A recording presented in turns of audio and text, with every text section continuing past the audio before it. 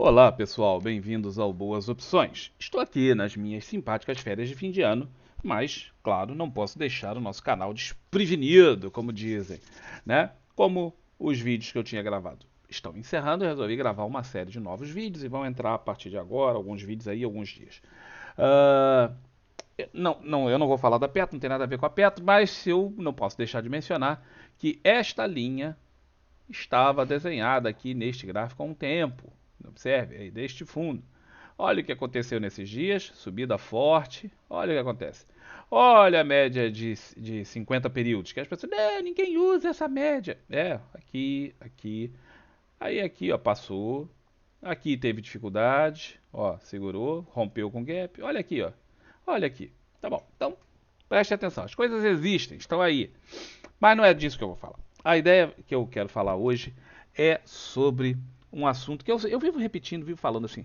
Não confie em quem ganha bônus. Eu não confio em quem ganha bônus, tá?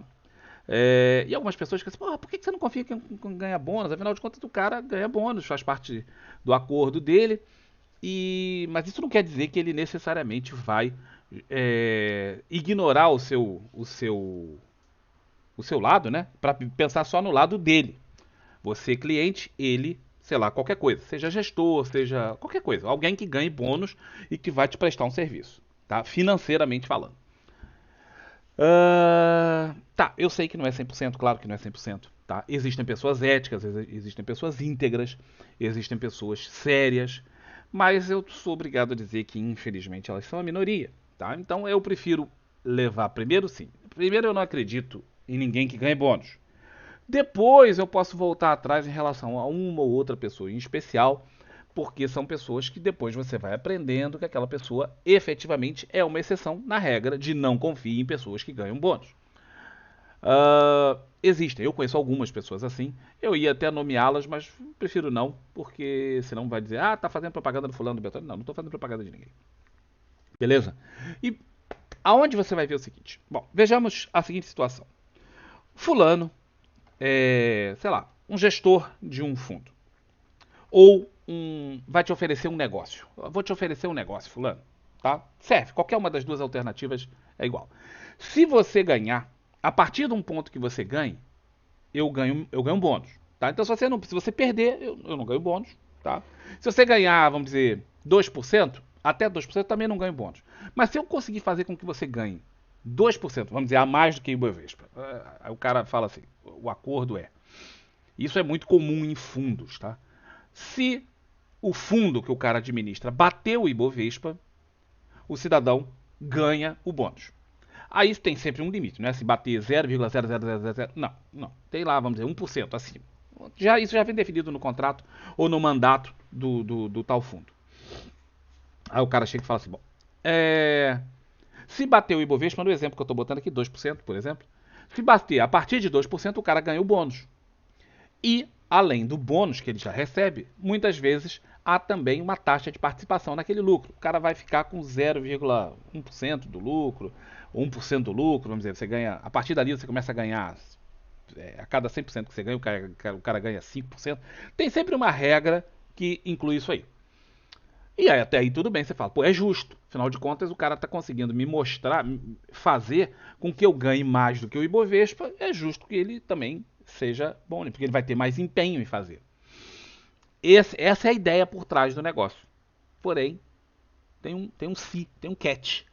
E esse é o bendito do negócio do bônus. Aí nós vamos ver o seguinte: o cara, para ganhar mais do que o Ibovespa, ele tem que ser bom, né? Ele tem que ser bom, porque não é fácil bater o Ibovespa de forma regular. Você bater o Ibovespa um ano é mole. Você bater o Ibovespa às vezes em 2 ou 3 anos também é mole. Agora, bater o Ibovespa de forma regular, ano a ano, isso é difícil. É bastante difícil, tá? Para um gestor. Para uma pessoa física pode ser fácil. Eu vou falar disso num próximo vídeo sobre esse tipo de assunto. Mas para um gestor, um cara que tenha controle de risco, bater o Ibovespa não é fácil. Tá? E aí o cara tem que usar de certas artimanhas para poder fazer isso e o cara tem que se provar regularmente melhor do que a média e é isso que as pessoas pensam, né? Pô, se o cara tá batendo o Ibovespa aqui 2 anos, é porque ele é melhor do que o resto da rapaziada, é nesse cara que eu vou apostar, porque ele vai me levar junto. Se ele tá ganhando, eu quero ganhar com ele. Ou melhor, resolveu passar uma ambulância aqui. Ou então, vamos dizer, se eu ganhar, o cara vai comigo, então ele vai querer que eu ganhe. Né? A ideia é essa. Todo mundo ganha junto. Pois, tudo muito bem, tudo muito bonito, até que você para pensar como o negócio funciona. Muita gente não entende de opções, então eu vou falar de uma forma relativamente básica. Quando você chega para um cara e faz esse acordo que eu acabei de mencionar, a partir de um certo ponto você ganha, e a partir daí você ganha comigo um percentual, seja ele qual for, estipulado em contrato. Você, na verdade, você está dando para o cara uma opção, literalmente uma opção de compra. É como se você desse para ele uma call, uma opção. Tá? O gráfico de uma call, para quem não conhece, é assim. Tá? O gráfico de preço, de PL, né? Preço, de lucro-prejuízo da call, é esse aqui. Ó. Assim. E a partir de um certo ponto, isso aqui é a compra de uma call. Tá? Ele fica assim. Tá? Aqui é uma linha de 0. A partir desse ponto aqui, o cara está ganhando. O que é essa parte de baixo? Ele está tendo prejuízo. Qual o prejuízo? Ele pagou pela call. Ele pagou uma certa grana pela call. Então, ele está tendo prejuízo. Só depois que ele consegue recuperar o que ele pagou, a partir dali ele tem lucro. Então, esse é o gráfico de uma call comprada. Pois bem, quando você faz um acordo desses, você, na verdade, está fazendo... Você está dando uma opção de compra para o cara, para o gestor, para quem for. Para o analista, para o... Como é? Assessor, qualquer um que vai participar desse negócio com você. Então, olha aqui a situação. Aqui é o ponto a partir de onde você começa a ganhar. É o break-even. Aqui para trás, o prejuízo é seu. Se você perder, se o fundo perder 10%, você perdeu 10%. Tá? Você faz parte daquele fundo, você vai perder na proporção do que você faz parte do fundo. Esse trechinho aqui é o trecho em que você ganha e ele não. É aqueles até os 2%. Podia ser meio, podia ser 1, podia ser qualquer número. Eu botei 2% para facilitar, porque foi o número que veio à minha cabeça na hora. Então, esse é o ponto definido a partir do qual o bonificado começa também a ganhar. Aqui, ele dá um salto para cima. Por quê? O que é isso? Isso é o bônus. A partir de um certo ponto ele não ganha um bônus. Então, vamos dizer, se ele ganha um bônus de 1% do valor, $500 mil, sei lá, qualquer coisa. Aí tem um bônus que está definido no contrato, ele ganha. Portanto, ele estava no 0 a 0 e ele ganha, ele salta aqui para cima. Recebeu o bônus. E a partir de um certo ponto, é o nosso ganho. Por que é o nosso ganho? Porque o dinheiro é meu, mas ele participa do ganho. Ele tem um percentualzinho que ele vai recebendo junto comigo. Então, esse é o gráfico que é da opção que você deu para o cara. Esse gráfico, para quem não conhece, é de uma opção exótica. Tá? É uma opção exótica. Mas que, na verdade, funciona muito parecido com uma call a partir de um certo ponto. Então, quando você perde dinheiro, ele não perde dinheiro com você. Quando você ganha dinheiro, ele ganha dinheiro com você. E ainda ganha o bônus. Esse é o gráfico, entre aspas, do PL do cara que é o bonificado daquele negócio que você está participando. Até aí, tudo bem. Não tem problema. O cara está participando aqui comigo, eu estou ganhando, ele está ganhando também. Mas aí vem um detalhe que as pessoas não pensam, que é o seguinte. Isso é uma opção, não é? O cara sabe que isso é uma opção, porque ele é um profissional do mercado, ele sabe que ele está recebendo uma opção. Ele já fez essa análise. Isso aqui é conhecido do mercado, não sou eu que estou inventando, não. Tá? Isso aqui é uma coisa totalmente conhecida do mercado. Então, se ele está ganhando uma opção, e as pessoas que entendam de opções vão perceber de imediato isso, vão perceber o seguinte. Bom, eu tenho uma opção. A opção é minha. Vamos dizer que eu ganhei essa opção. Eu podia ter pago R$1 nela, ou eu ganhei essa opção. Tanto faz. Como que as opções se valorizam, galera? As opções se valorizam pelo aumento da volatilidade. Então, se eu tenho uma opção comprada e eu quero que ela se valorize, eu tenho que torcer pelo aumento da volatilidade. Tá? O aumento do valor do ativo ajuda, vai fazer crescer. Nesse caso aqui, o aumento do meu ganho vai favorecer. Mas o principal valor que aumenta isso aqui é a volatilidade. Portanto, para o cara ter esse ganho, ele vai buscar um aumento de volatilidade na carteira. Volatilidade, para quem não tem essa noção, volatilidade tem um outro nome, se chama risco. Toda vez que você pensa, o mercado está muito volátil, o mercado está de risco. Toda vez que você pensar, pô, aumentou a volatilidade. O que acontece quando aumenta a volatilidade, por exemplo, no índice? Aumenta a volatilidade muito intensa. As corretoras e a B3 aumentam a margem de garantia. Por que eles fazem isso? Só de sacanagem? Para você operar menos? Não, eles fazem isso porque o risco aumentou. Então, a margem de garantia ela tem que ser proporcional, de alguma forma, ao risco.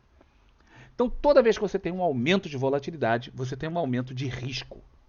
Certo? Isso é muito importante de ser entendido. Ora, se o cara ganha mais, quanto maior for a volatilidade nisso aqui, e ele não perde quando tem prejuízo, ou seja, ele só tem potencial de lucro. Se perder, o prejuízo é seu. Se ganhar, o ganho é nosso. Ele vai tentar impor na carteira o máximo de volatilidade possível, porque ele ganha na opção que ele recebeu pelo aumento da volatilidade. Aumento da volatilidade, aumento do risco. Então ele vai fazer uma carteira de muito mais risco do que ele faria se ele não tivesse isso aqui. Não vai ser sem limite, claro que não. Por quê? Porque existem também mecanismos para contrabalançar isso aqui. E aí vem aquilo que a gente fala de Sharpe, de uma série de coisas no Manual de Controle de Risco. Quem tiver interesse, eu sugiro que leia, vocês vão entender isso aqui mais em profundidade, porque tudo isso é explicado ao longo do livro em vários detalhes. Mas quando você faz um acordo em que o cara vai receber o bônus e vai participar da subida, mesmo que ele não participasse da subida, o bônus já bastava. Porque ele precisa que você ganhe. E para ele conseguir bater o Ibovespa, ele vai aumentar a volatilidade da carteira. Ele vai apostar em coisas mais arriscadas, porque ele precisa disso aqui. Ele quer esse bônus. Isso aqui é um lucro, é um plus, é um aditivo para ele. Mas o que interessa para ele mesmo é esse bônus.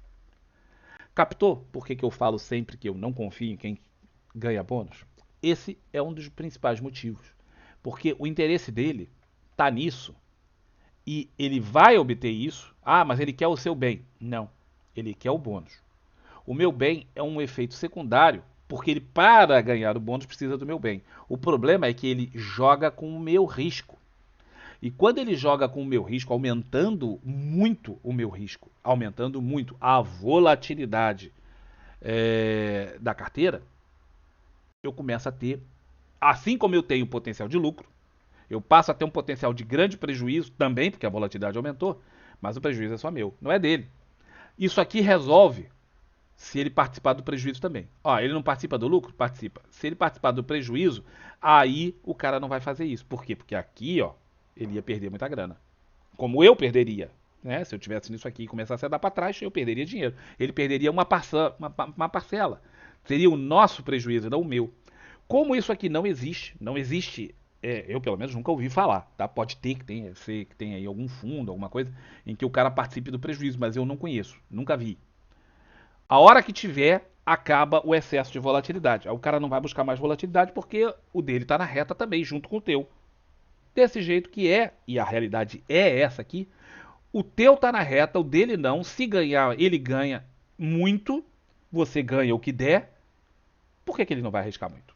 Por que ele teria um cuidado especial em evitar muito risco? Não tem. Ele precisa disso aqui, ele quer isso aqui. O salário é bom, mas o bônus é chorudo. O bônus é o melhor, o bônus é aquele poderoso. Isso aqui, quem ganha o bônus é o rei do mercado. Quem não ganha bônus é visto com maus olhos. Inclusive na comunidade financeira. Tal. Se você trabalha no negócio tal, e os bônus não saíram para você, sinal de que você não cumpriu as metas, que você ficou aquém do desejado, você fica muito mal visto. Então o cara precisa disso aqui por vários motivos. Financeiro, social, no meio em que ele vive e tal. Perceberam?